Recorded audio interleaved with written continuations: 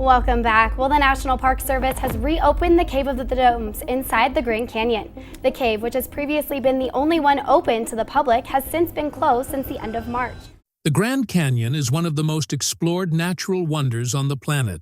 Yet, tucked away in its deepest cliffs, lies a place no visitor is ever allowed to enter. Ever heard of the cave in the Grand Canyon? It does not appear on public maps, and access is sealed off by federal order. Scientists have long been warned away, and stories of strange phenomena, vanishing equipment, unexplained lights, and sudden radio failures have surrounded the area for decades. Recently, a team of researchers defied the odds and stepped inside this forbidden zone, and what they found deep inside the canyon, no one saw coming. The zone. No one dared to enter. Hidden deep within the Grand Canyon is a place most visitors never hear about. It is a stretch of cliffs so unstable and remote that even park officials speak of it cautiously. Rangers call it the Forbidden Zone. The cliffs rise almost vertically, their faces marked by deep fractures and scars left by constant rockfalls and powerful gusts. According to park records, the last official descent ended in disaster when a sudden rockfall struck one of the climbers. A boulder hit his shoulder and dragged him against the cliff, tearing his harness and breaking several ribs before the safety line caught. The team managed to pull him up, but the rescue took hours, and their equipment was left crushed at the base of the wall. National park authorities classify the Forbidden Zone as both a geological hazard and a protected cultural site. The cliffs there are prone to sudden collapse, and the ground below is littered with the remains of previous expeditions. According to internal safety reports, even minor vibrations could trigger massive rockfalls. Local tribes also requested that the area remain closed, citing long-held traditions connected to what they call the Place of Emergence, a location believed to be one of several entrances to the underworld described in Hopi and Havasupai oral histories. The Hopi and Havasupai are indigenous peoples native to the Grand Canyon region whose ancestors have lived around its cliffs and rivers for centuries. According to these accounts, the first people are said to have come up from beneath the earth through openings in the canyon and were warned never to return. To tribal elders, that region is sacred ground, where the boundary between worlds is thin and disturbing. It risks awakening forces that should remain sealed. And the ancient Egyptian word tuwat or duwat refers to the underworld, where you go after you die. By the late 20th century, only a few scientific teams had tried to reach the zone. Early reports mentioned steep drop-offs that appeared without warning. A climbing survey in the 1990s turned back after a near-fatal rockfall. After that, the canyon's forbidden zone became one of the last places no one dared to study. That changed in early 2024 when a multidisciplinary research team received rare authorization to investigate the area. After a series of small collapses near the river corridor raised safety concerns, park authorities approved a geological stability study. The team included geologists, climate specialists, and mapping experts from several universities. Their mission was to analyze erosion patterns and stress fractures using advanced LAR scanners and spectral cameras capable of capturing data where no one could safely stand. For weeks, the readings appeared normal. The monitors displayed the usual rough layers of limestone and sediment. Then, the software rendered a scan from a northern cliff face, and faint arches began to appear in the data. The shapes were symmetrical and precise, glowing on the screen like the outline of hidden rooms. At first, the scientists suspected a calibration error. When multiple devices confirmed the same formations, the tension in the control tent shifted from curiosity to disbelief.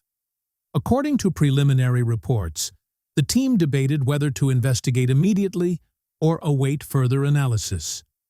Curiosity prevailed. Preparations began for a controlled descent into the canyon wall to confirm what the scanners had seen. They did not yet know it, but that decision would lead them face to face with something humanity was never meant to find. The descent into the hidden chambers. The descent started before sunrise. The canyon was silent, except for the faint clink of metal and the soft rush of wind threading between the cliffs. The research team stood at the rim, gazing down at a wall so sheer it seemed to drop straight into darkness. This was the forbidden zone. Even the most experienced climbers avoided it. The scientists knew that one loose rock or sudden gust could end everything. They double-checked their ropes, tested every anchor, and moved carefully, one person at a time. Every few meters, they paused to listen. It's crazy. This tiny little entrance here opens up into such a massive cave. They whispered, waiting for the faint crack of shifting stone. According to reports, the tension was so thick that even a falling pebble made someone flinch. Almost 2 hours passed before the first major sighting. As morning light touched the cliff, their headlamps revealed something unusual below. A faint shimmer beneath layers of rock and mineral stains. At first, they assumed it was just moisture playing tricks. But when they focused their lights, 3 perfect arch shapes emerged from the stone. They were high, smooth, and evenly spaced. The kind of symmetry nature rarely creates. One climber whispered that they looked like entrances to hidden doorways. Reaching these openings was no easy task. The team carved footholds and cleared centuries of dust. The lead climber reported that the rock felt different, harder, smoother, and colder than the rest of the cliff. When they finally reached the first arch, they secured the ropes and entered with extreme caution. The temperature inside dropped sharply. Their breath formed tiny clouds, and their voices echoed in short, flat tones. The air felt heavy, as if it hadn't moved in ages. Inside, their flashlights revealed walls unlike anything they had ever seen. Instead of jagged, uneven cave surfaces, the walls were clean and curved. Light slid across them without breaking. This was not erosion. It was carving. One researcher ran a gloved hand along the wall and said it felt polished, almost deliberate. Deeper inside, the space opened into 3 chambers connected by a narrow tunnel. The first chamber could fit several people standing upright. The second curved inward, like a half-dome. The last was smaller, but stretched deeper into the rock. Every wall bore faint grooves, like marks left by tools. Some were barely visible. Others formed shallow, repeating patterns. At the center of the largest chamber, the team found something that made everyone stop. A stone platform surrounded by a ring of boulders. The boulders weren't random. They were angled to point in the same direction. When measured, the chambers aligned almost perfectly from east to west, as if designed to follow the sun. For a moment, no one spoke. According to field reports, the group stood silently, each realizing the same truth. This was not nature's work. Someone had built it. The walls, the angles, the layout. It all carried an unmistakable sense of order. One scientist later wrote that stepping into that space felt wrong. Not dangerous, just occupied. They couldn't tell who had made it or how long it had remained hidden.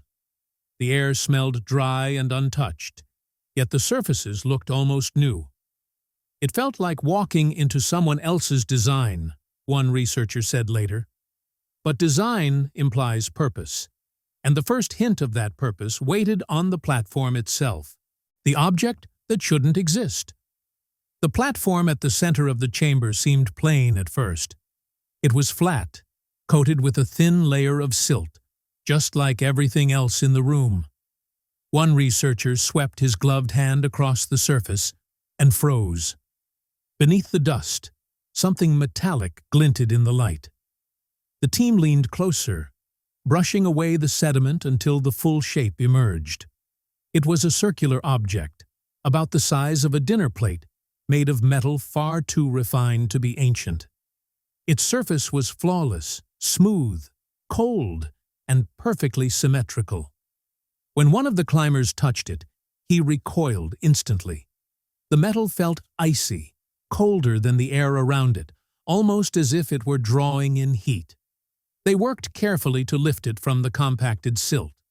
Using sterilized tools, the team pried it loose and placed it on a padded surface. The object looked newly forged. Though it had been sealed underground for what could have been thousands of years, its surface showed no rust, no flaking, no dulling. Instead, it gave off a faint bluish sheen, the kind seen on polished steel. According to field notes, one geologist whispered that it could not be natural. It looked made, not formed. To confirm, the team ran a portable X-ray fluorescence test, a method for analyzing the metal's chemical makeup. The results stunned everyone.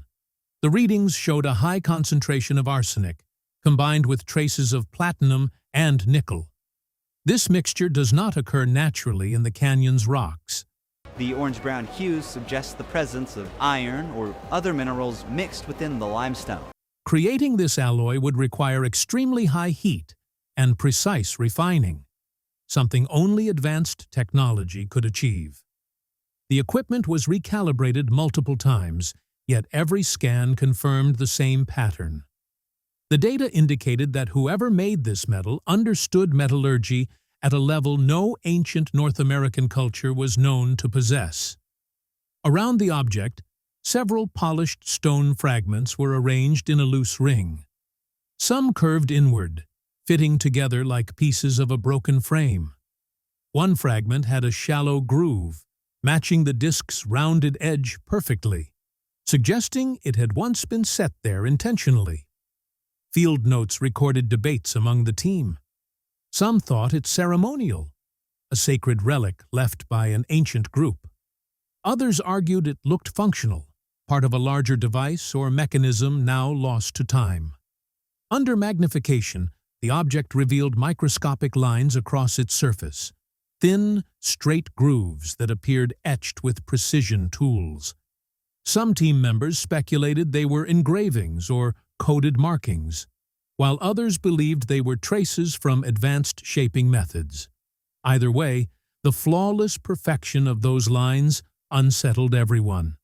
Nothing about it matched the rough handmade tools known from ancient cultures.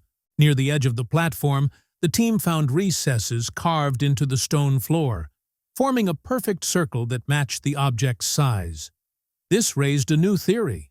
The platform might have been designed to hold the disc in place, either as part of a structure or a ritual base.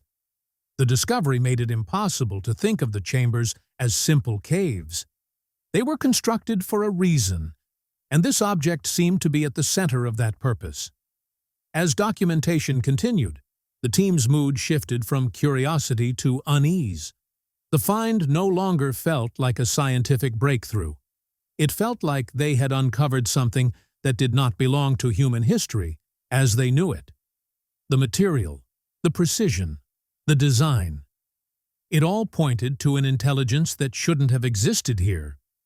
One of the scientists later admitted that holding it gave him chills, as though he had touched something from another age entirely. The discovery forced the team to reevaluate everything about the site. If this metal artifact was real, then the canyon's forbidden chambers were not natural formations.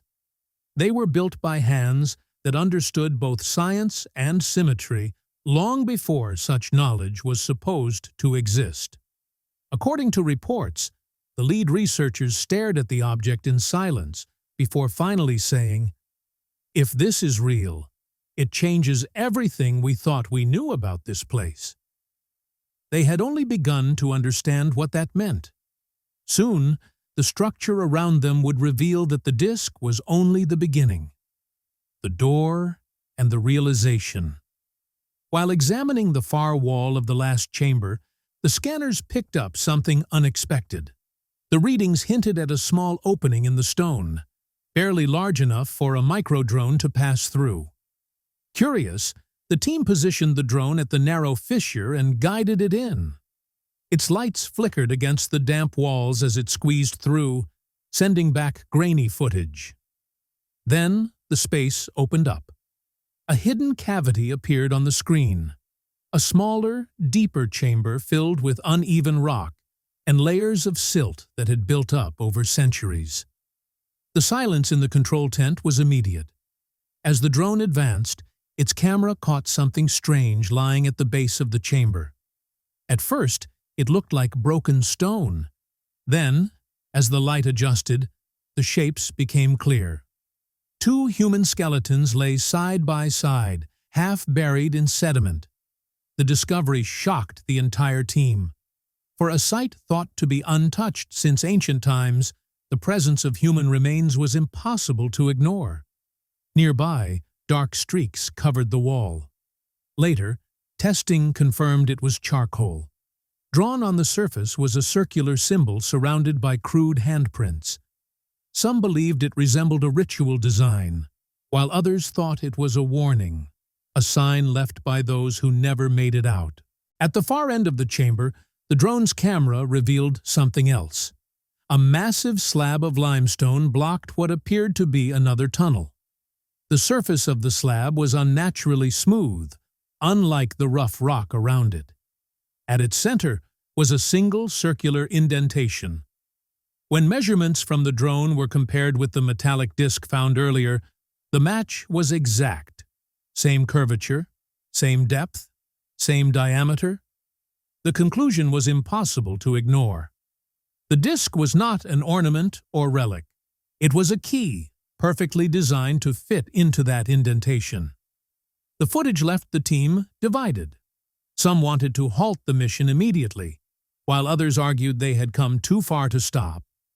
According to reports, the lead climber volunteered to descend through the fissure and confirm the discovery in person. It was a reckless decision as he anchored his line and began lowering himself toward the narrow shaft. A section of rock broke loose beneath his feet. He fell several meters before the rope caught, dislocating his shoulder. Moments later, a large boulder crashed down from above, shattering on the floor where the team had been standing seconds earlier. The noise echoed through the chamber like thunder. No one spoke after that. It was clear the area was too unstable for any further attempt. The drone was recalled, and the footage reviewed in silence. The scans revealed faint metallic reflections beyond the slab. Objects shaped like rods and plates arranged in deliberate formation. Some researchers believed they were tools or mechanisms, while others suspected a sealed vault of unknown purpose. Whatever it was clear that human entry would be suicidal. The chamber was collapsing in slow motion, and even the smallest vibration risked bringing the walls down. The realization set in slowly. The team was looking at the work of a civilization long forgotten, one that had mastered construction, metallurgy, and geometry thousands of years before history acknowledged such abilities in North America. According to unverified internal reports, the footage was encrypted and immediately sent to higher authorities for examination. Days later, park officials reclassified the area as restricted due to geological instability. No further access was granted. What lay behind that limestone door remained sealed. Some believed it held the final proof of a lost culture. Others warned it contained something that was never meant to be disturbed. Whatever the truth, one fact was certain.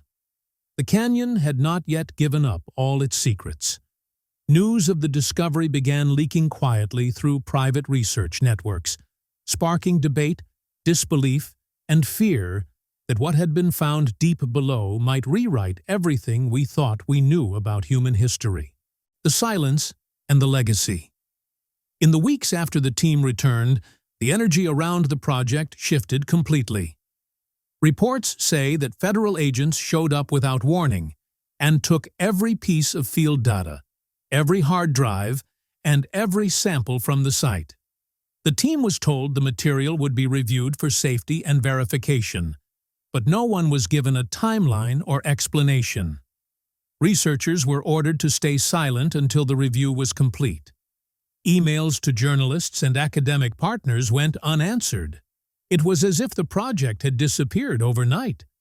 Unverified reports claimed that shortly after, the National Park Service officially reclassified the entire forbidden zone.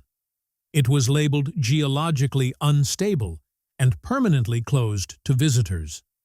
Within days, new warning signs appeared along nearby trails, citing rockfall, sinkholes, and toxic gas.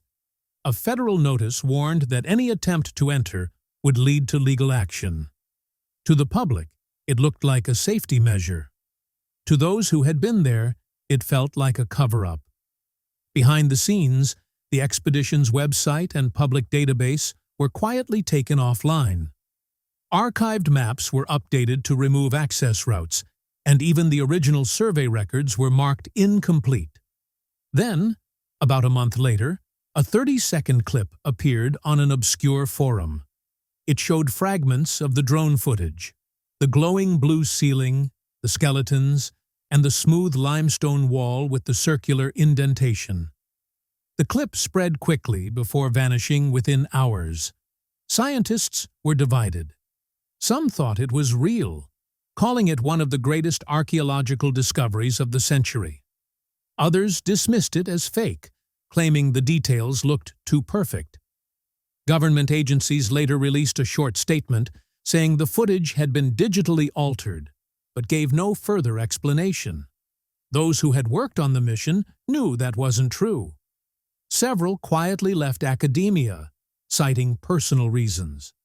Others refused interviews, saying only that the discovery was never meant to be disturbed. In the months that followed, online speculation grew. Some claimed the team had found evidence of a lost civilization. Others said the site held ancient energy technology. Indigenous leaders stepped forward, urging the government to protect the canyon's sacred sites, warning the place might have been sealed for a reason. Multiple sources say the restricted zone remains under surveillance. No permits have been issued, and no independent researchers have been allowed near the site. For the few who saw the footage, the memory has never faded.